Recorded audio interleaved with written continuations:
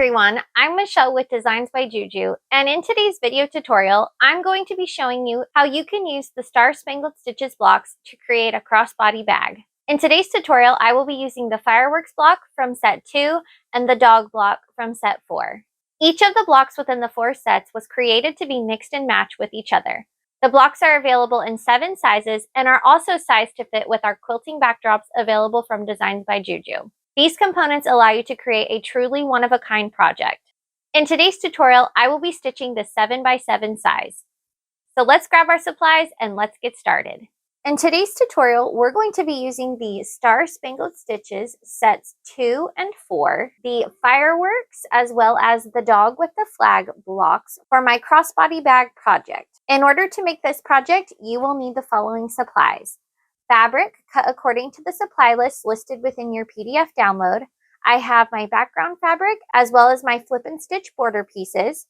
Since I am making a crossbody bag, I also have my liner fabric as well as applique fabric for the fireworks. I will also be stitching the dog block from set 4, but I will be stitching that block off camera.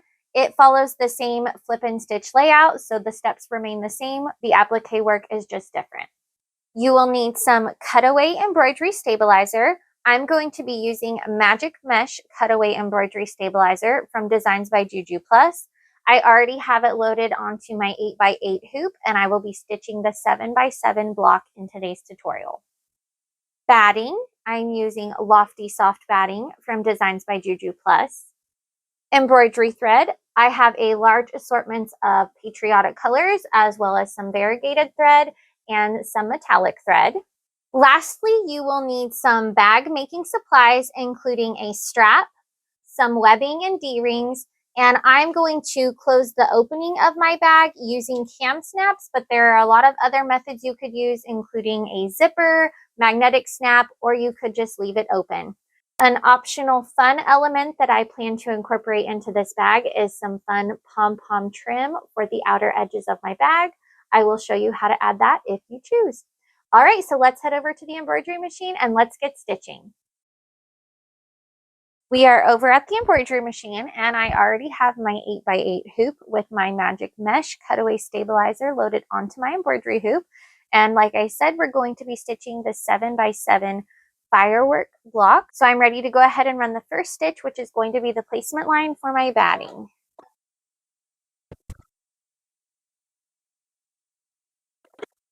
Next, I'm going to place my Lofty Soft Batting directly on top of those placement stitches, and I'm going to run the tack down stitch to secure it in place.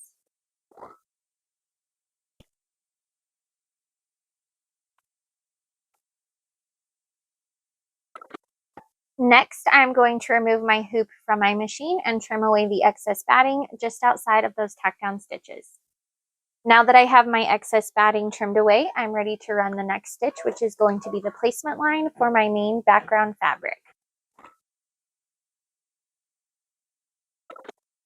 Next, I am going to place my background fabric directly on top of those placement stitches, and I do have SF101 fused to the back of my background fabric just to provide a little bit of added support to these stitches. And I'm ready to run the tack down stitch to secure that fabric in place.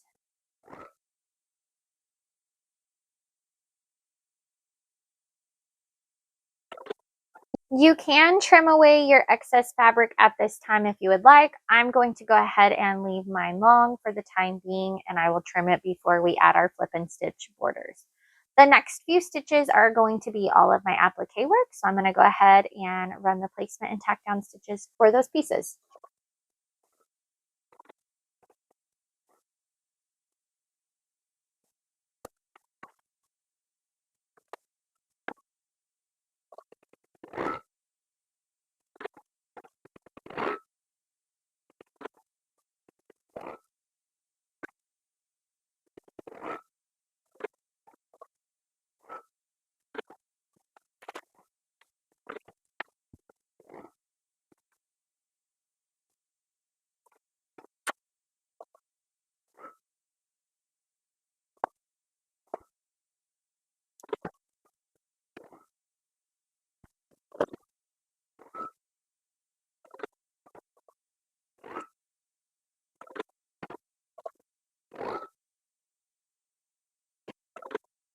The next few stitches are all of my satin and decorative stitches, so I'm going to go ahead and run those off camera, and then we'll check back in when it's time for our flip and stitch borders. Now that all of my satin and decorative stitching is complete, I'm going to go ahead and remove my hoop from my embroidery machine and trim away this excess background fabric so that I can start my flip and stitch borders. I've just trimmed away my excess background fabric, so now I'm ready to start my flip and stitch borders. So the first stitch is going to be the placement line for my top border.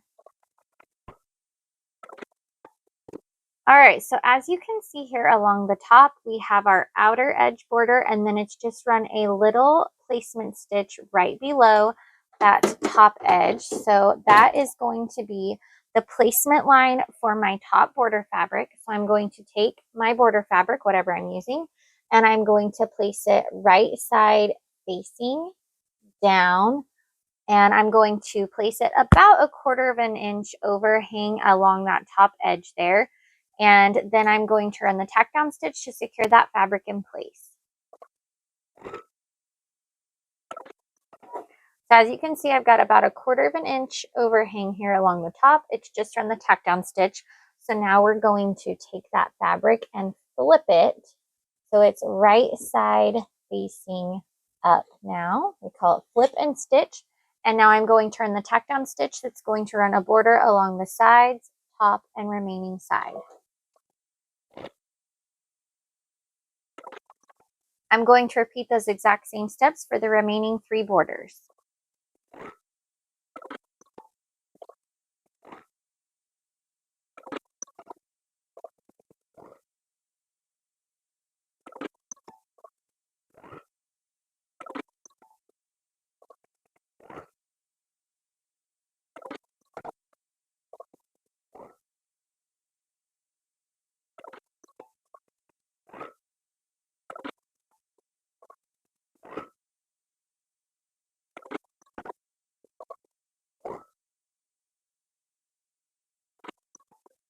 And there we go. This block is complete. So let's head over to the work table and let's start assembling our crossbody bag.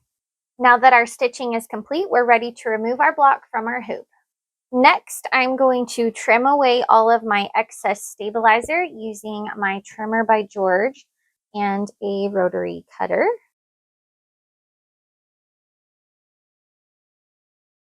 Once you have the excess stabilizer removed, you also need to trim away the excess fabric, leaving a 1/2 inch seam allowance around the entire block from the outside stitch edge.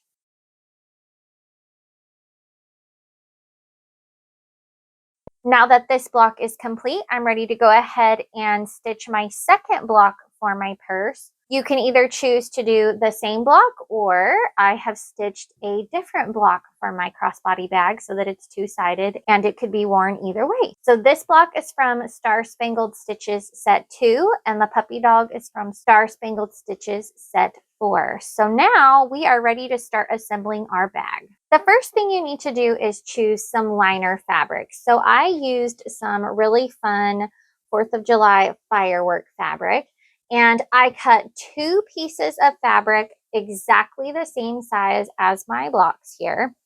Then I positioned them right sides together like so, and stitched a 1/2 inch seam allowance around the outer edge along this side, and then I left an opening along the bottom. You will also want to make sure to leave this large opening at the top. This will be the top portion of your crossbody bag.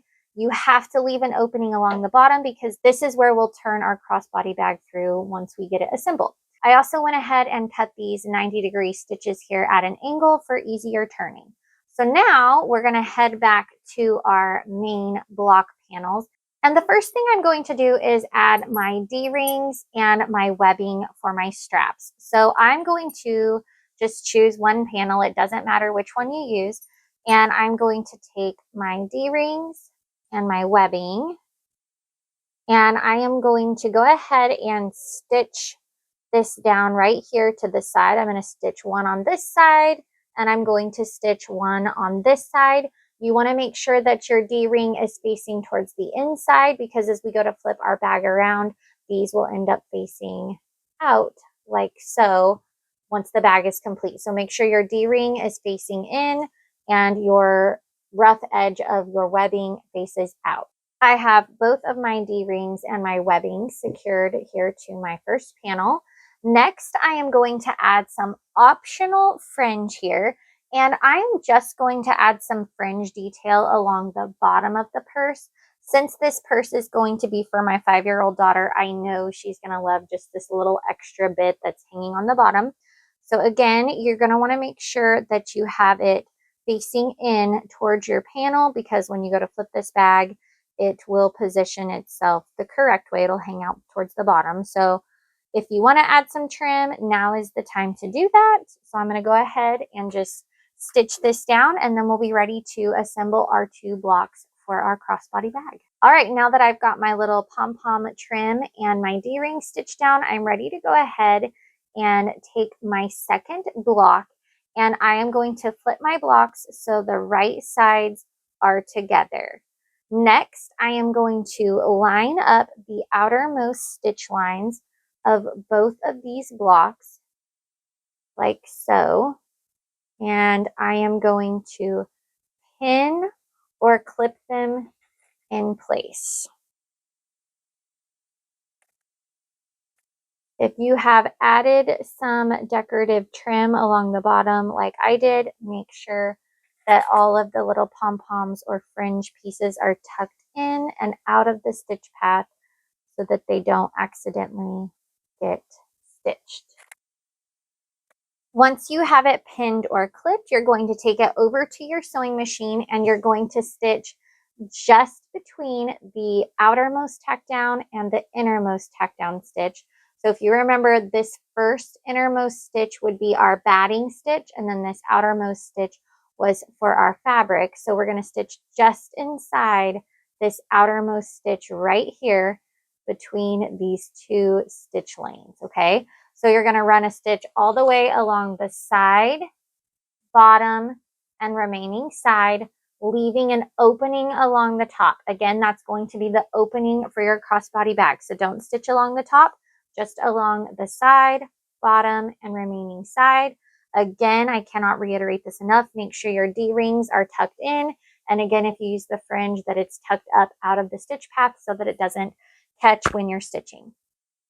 Once you have it stitched together, I would highly recommend flipping your bag to double check that it looks exactly how you want it to, especially if you used trim like I did. Make sure that none of your little fringe is messed up and that you can't see any of those outer seams. Oh, that looks cute. Okay, so once you know it looks good, you have your D-rings out of the way, go ahead and flip it back through, and we're ready to add our lining. If you have any stitches you need to fix, definitely do it now before you add your lining. It's much easier to fix a mistake before you assemble the bag entirely. So before I add my liner, I am going to go ahead and cut these corners at an angle. And I'm going to trim away my excess webbing. And now I am ready to grab my liner. So the first thing I need to do is flip my liner so that it is right side facing out. You can use a little turning tool to get those corners pushed out. And again, make sure you have an opening along the bottom. We're going to need that as we go to flip our bag later. Okay, so next I'm going to take my liner and I am going to place it inside of my crossbody bag. And it should fit perfectly because if you remember, we measured it exactly to size of our panels, our blocks here. Next, I am going to line up the edge of the liner with the edge of the block.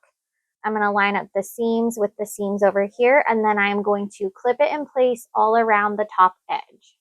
All right, so if you have done this step correctly, you should see the wrong side of your fabric because remember, we flipped that liner, so the right side is facing towards the right side of the bag. So you can only see wrong side of the blocks, wrong side of the liner, and I have clipped it all the way around the entire top edge. Next, I'm going to take this over to my sewing machine, and once more, I'm going to stitch just inside the outermost tack down stitch all the way around the entire opening. That will secure my liner to my bag panels. I'm going to go run those stitches and then I'll show you what it looks like.